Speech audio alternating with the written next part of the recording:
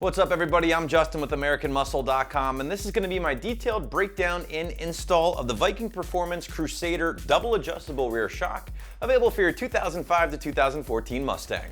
Now, the Crusader from Viking should appeal to the S197 owners out there who are serious about suspension tuning and want to go with the most adjustable shock in the category. In fact, with its 19 levels of compression, 22 levels of rebound, this is going to be an awesome choice for the hardcore drag racers out there, or even the hardcore road racers who want to fine tune and dial in their optimal suspension settings to get the most performance out of your setup. Of course, all of that adjustment does eventually add up, as the Crusader is going to be your most expensive shock in the category, and these things will get a simple 1 out of 3 wrenches on the difficulty meter from me when it is time to talk about the install. Now, even though Viking is a relatively new company in the grand scheme of things, they were established in 2011, they have quickly gained a very favorable reputation within the Mustang community, and more specifically the drag racing community, as their products are used on some of the quickest cars in the country. Now, the Crusader here took what the company did with the very successful B226 rear shock, this product's predecessor, and just made it better all around, but more specifically gave this thing better rebound valving. But let's break these things down a little further from an adjustability standpoint, and as I briefly mentioned earlier guys, 19 different positions for compression, 22 different positions for rebound adjustment, making for a grand total of 418 different combinations with the Crusader here. Now, with most single adjustable shocks, what you're really only doing is controlling compression and rebound with one single adjustment. Not the case here with the Viking. You're separating the two, therefore giving you a lot more freedom or adjustability with how you want to dial in your car.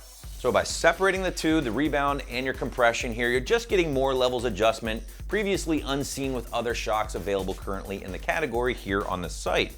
What does this mean for you guys? Well, hardcore drag racers out there will want to soften up that compression, help promote their weight transfer to the rear, keep the rear end planted while under hard acceleration, while firming up your rebound will keep that rear end planted, prevent the rear end from bouncing, causing a loss of traction.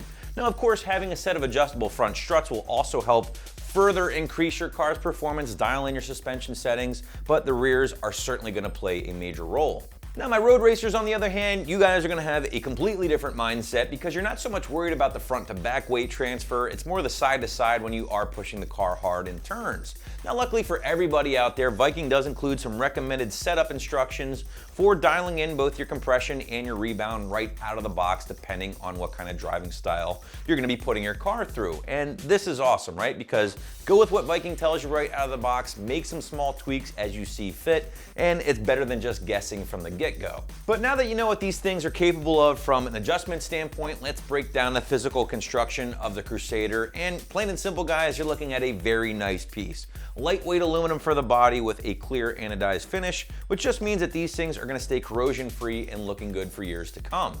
Now, inside the shock, the quality components continue here, gang. Monotube design featuring a 5/8" chrome-plated rod, PTFE bronze seals. These things are rebuildable, and they are backed by Viking's 2-year warranty.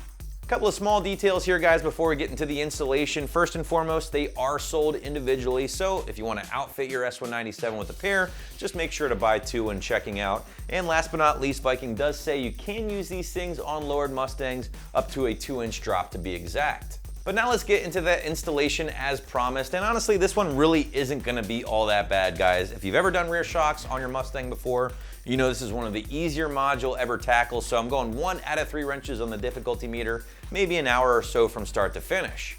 Now, as far as your tool list is concerned, basic socket set is really going to be doing most of your work here, gang, but keep in mind you will need to get the rear of the car up in the air slightly in order to gain access to the lower shock bolts, and also keep in mind you will need to remove or drop the sway bar slightly to remove the lower shock bolts from their mounting location, so just make sure you have a pole jack or a floor jack on hand to support that rear axle when doing so.